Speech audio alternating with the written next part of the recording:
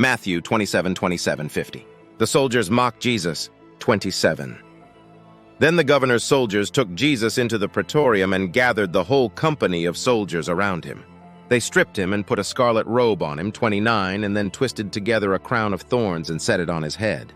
They put a staff in his right hand. Then they knelt in front of him and mocked him. "Hail, King of the Jews," they said. 30.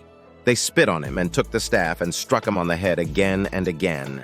After they had mocked him, they took off the robe and put his own clothes on him. Then they led him away to crucify him. The crucifixion of Jesus. 32. As they were going out, they met a man from Cyrene named Simon, and they forced him to carry the cross. They came to a place called Golgotha, which means the place of the skull.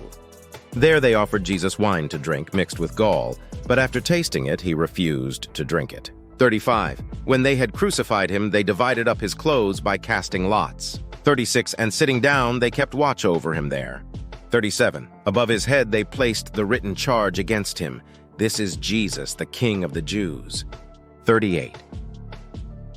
Two rebels were crucified with him, one on his right and one on his left. Those who passed by hurled insults at him, shaking their heads 40 and saying, "You who are going to destroy the temple and build it in 3 days, save yourself. Come down from the cross if you are the Son of God." 41. In the same way, the chief priests, the teachers of the law, and the elders mocked him. "He saved others," they said, "but he can't save himself. He's the King of Israel. Let him come down now from the cross and we will believe in him." 43. He trusts in God. "Let God rescue him now if he wants him, for he said, 'I am the Son of God.'" 44. In the same way, the rebels who were crucified with him also heaped insults on him. The death of Jesus. 5. From noon until 3 in the afternoon, darkness came over all the land.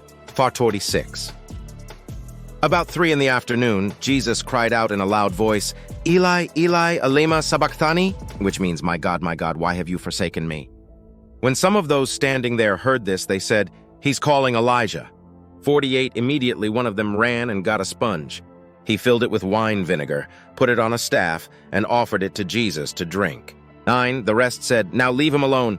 Let's see if Elijah comes to save him." 50. And when Jesus had cried out again in a loud voice, he gave up his spirit.